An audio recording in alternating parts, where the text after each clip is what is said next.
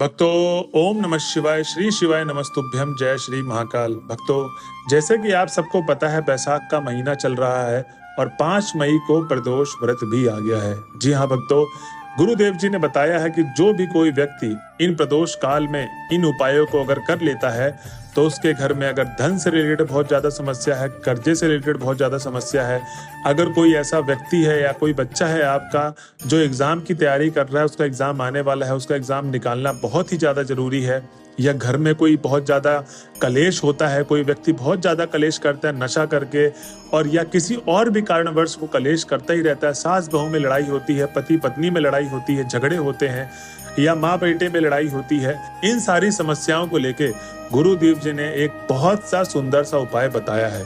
क्या करना है, कैसे करना है, पूरा आज की वीडियो में एकदम आपको मैं डिटेल में बताने वाला हूँ, तो वीडियो को एकदम लास्ट तक जरूर देखिएगा। और मेरी आपसे भक्तों यही गुजारिश है कि जो भी मैं उपाय आपको बताता हूँ उसको कृपया करके कहीं पर लिख लीजिए करिए, क्योंकि जैसे कि मैं आपको प्रदोष काल के दिन का उपाय बताऊंगा, अब आज ये उपाय आज सुन रहे हैं तो वो उतने दिन तक आप याद नहीं कर पाएंगे उस उपाय को, और आधा अधूरा आप उस उपाय को करेंगे। क्योंकि गुरुदेव जी हमेशा बोलते हैं कि ज्यादातर भक्तों की मनोकामना पूर्ण इसलिए नहीं होती है क्योंकि वो जल्दीबाजी में एक तो उपाय सुनते हैं, और अगर जल्दीबाजी नहीं भी करते हैं तो वो आधा अधूरा उपाय करते हैं, और आधा अधूरा उपाय इसीलिए करते हैं क्योंकि वो चीजें भूल जाते हैं और वो ना चाहते हुए भी उनकी मनोकामना पूर्ण नहीं होती है। तो भक्तों, बस मेरी आपसे यही दरखास्त है, जब भी आप कोई भी उपाय सुनते हैं, यही उपाय बस नहीं, कोई भी उपाय आप सुनते हैं तो उसको कृपया करके कहीं भी डायरी या नोटबुक में लिख लें, जिससे आप उस उपाय को जब भी करने जाएं तो वो आपको स्मरण हो जाए। ठीक, चलते हैं चलिए उपाय की तरफ। उससे पहले जिस किसी ने अभी तक हमारे चैनल को सब्सक्राइब नहीं किया, चैनल को कर ले सब्सक्राइब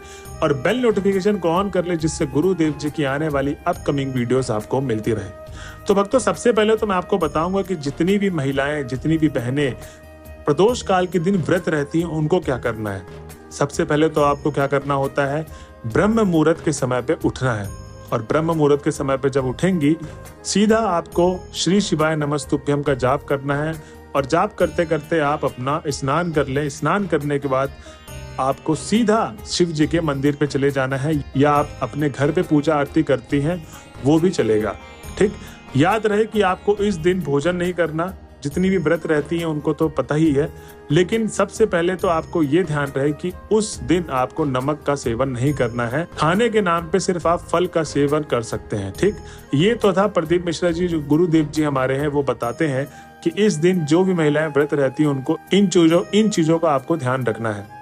अब जो पहला उपाय जो गुरुदेव जी बताते हैं वो है मनोकामना प्राप्ति का। मनोकामना प्राप्ति में क्या चीज आ जाती है, जैसे किसी घर में बहुत ज्यादा धन से रिलेटेड बहुत ज्यादा समस्या है, धन आता है चला जाता है, धन आता ही नहीं है, और अगर आपने कर्जा भी बहुत ज्यादा ले लिया है क्योंकि धन नहीं आ रहा है, और किसी का रिजल्ट आने वाला है और लगता है कि अगर उसमें रिजल्ट मेरा आ गया तो उसका बहुत ही आगे जाके उसका कैरियर बहुत ही अच्छा हो जाएगा।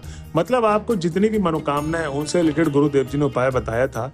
इस दिन आपको करना यह है, 5 मई को जिस दिन प्रदोष काल का दिन है, सबसे पहले तो आपको सामग्री चाहिए 5 बेलपत्र। क्या चाहिए? 5 बेलपत्र। अब जो बेलपत्र होंगे वो कहीं से कटे पीटे खंडित ना हो, और ताजे बेलपत्र चाहिए आपको। उसके बाद आपको चाहिए 5 समी पत्र और 2 चम्मच हरी मूंग। क्या क्या चाहिए? 5 बेलपत्र, 5 समी पत्र और 2 चम्मच हरी मूंग। अब आपको क्या करना है, एक तांबे के लोटे में आपको क्या करना है, आधा लोटा जल भरना है घर से ही। क्या? आधा लोटा आप घर से ही जल भर ले, और वो जो 3 चीज मैंने बताई हैं आपको, 5 बेलपत्र, 5 समी पत्र और 2 चम्मच हरी मूंग, वो उसी लोटे में डाल ले जो आपने आधा लोटा जल भरा था। अब उसके बाद आपको क्या करना है, एक गुड़ की ढेली ले, उसको हाथों से पीस ले, और हाथों से चूरा बनाने के बाद आपको वो थोड़ा सा चूरा उस एक लोटे में जो आपने 3 सामग्रियां डाली और आधा लोटा जल डाला उसी में मिला लें। अब आपको सीधा चले जाना है महादेव के मंदिर पे। अभी जितने भी उपाय था ये सब आपको घर ही में करके तैयार करके जाना है। ठीक, अब सीधा आप चले जाइए शिव जी के मंदिर पे।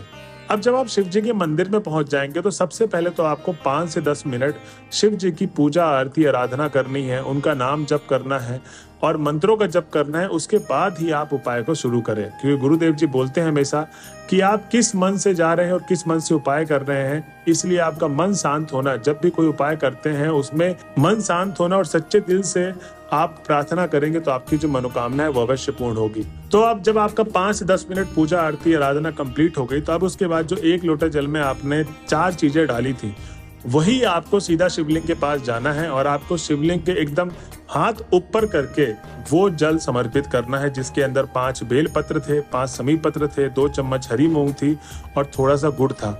वो आपको जल थोड़ा सा हाथ ऊंचा उठा के आपको ऊपर ही शिवलिंग के जो सबसे ऊपर वाला भाग होता है वहीं पर आपको बीचों बीच आपको जल अर्पित करना है। और जब आप जल अर्पित कर रहे होंगे तो आपको अपना नाम और गोत्र बोलकर आपकी जो भी समस्या है वो बोल देनी है और अपनी मनोकामना मांग लेनी है। भक्तों, गुरुदेव जी कहते हैं अगर जो भी व्यक्ति प्रदोष काल के दिन इन उपायों को करता है उसकी जो भी मनोकामना है वो भोले बाबा अवश्य पूर्ण करते हैं। ठीक, अब हम चलते हैं अपने अगले उपाय की तरफ, जो गुरुदेव जी ने बताया था कि जिस किसी की नौकरी नहीं लग रही है, कोई एग्जाम की तैयारी कर रहा है, किसी का रिजल्ट आने वाला है, मतलब ये माताएं अपने बच्चों के लिए उपाय कर सकती हैं। कुल मिला के गुरुदेव जी ने उनको बताया है, क्योंकि बहुत सारी माताएं अपने बच्चों के लिए चिंतित रहती है कि उनका कैरियर कैसे होगा, तो उसके लिए आप ये उपाय कर सकते हैं। अब इस उपाय में आपको करना क्या है, इसमें आपको सबसे पहले तो 1 लोटा जल चाहिए जो घर से भरा हुआ होना चाहिए। ठीक, और थोड़ा सा दूध ले ले 1 कटोरी। उसके बाद आपको सीधा चले जाना है बेल पत्र के पेड़ के नीचे। अब इस उपाय को करना कब है, प्रदोष काल के दिन। ठीक, इस उपाय को किस समय करना है, तो आप सुबह ब्रह्म मुहूर्त से लेके 8 बजे के बीच में और शाम को 6 से 8 के बीच में इस उपाय को आप कभी भी कर सकते हैं। ठीक, तो बेल पत्र के पेड़ के नीचे जब आप बैठ जाएंगे तो सबसे पहले आपको क्या करना है, थोड़ा सा जो 1 कटोरी दूध लेकर गए थे सबसे पहले वो आपको वो अर्पित करना है। और भक्तों, ध्यान रहे कि जब आप ये बेल पत्र के पास बैठेंगे उससे 5-10 मिनट पहले आप भगवान का स्मरण भी करते रहें, या घर से आ रहे हैं तो भगवान का स्मरण करते रहें, जप करते रहें भगवान का, या मंत्र का जाप करते हैं, उसके बाद ही उपाय करें। तो उसके बाद आपने जब 1 कटोरी दूध डाल दी तो 1 लोटा जो जल था वो आपको अर्पित कर देना है। जब अर्पित कर देंगे तो गुरुदेव जी बताते हैं कि ये करने के बाद आपको राइट साइड में घी का दिया लगाना है और लेफ्ट साइड में तिल के तेल का दिया लगाना है। जो बाती होंगी वो गोल बाती ही होंगी, दोनों दियों में गोल बाती होंगी। दिया एक मुखी ही होगा जैसे नॉर्मल दिया होते हैं, बस आपको 1 घी का दिया और 1 तिल के तेल का दिया लगाना है। इसको भी आप लिख लें अपने डायरी में क्या क्या चाहिए। तो ध्यान रहे कि जब आप पहले दूध अर्पित करेंगे, दूध अर्पित करने के बाद आप जल अर्पित करेंगे और जल अर्पित करने के बाद ही आप राइट साइड में घी का दिया लगाएंगे पेड़ के और लेफ्ट साइड में तिल के तेल का दिया लगाएंगे। ठीक, और जो भी बच्चे की मनोकामना है वो आपको उसका नाम और गोत्र बोल के भोले बाबा को स्मरण करते करते वो बोल देनी है और आपको अपनी मनोकामना बोल देनी है और घर की तरफ चले आना है। भक्तों, गुरुदेव जी बताते हैं कि मेरे बताए गए प्रदोष काल में इन 2 उपायों को जो भी महिलाएं, जो भी व्यक्ति करते हैं, उनके घर में कभी भी कोई भी दोष नहीं आता। उनकी कोई भी कैसी भी मनोकामना हो वो अवश्य पूर्ण होती है। बस आपको ये उपाय करना है प्रदोष काल के दिन, और जैसे जैसे मैंने आपको बताया है वैसे वैसे करना है। ठीक है, तो भक्तों ये थी वीडियो। अगर आप वीडियो के लास्ट तक आ चुके हैं तो श्री शिवाय नमस्तुभ्यम लिखना ना भूलें। मिलते हैं अगले वीडियो में, जब तक के लिए बने रहे हमारे चैनल पे। हर हर महादेव।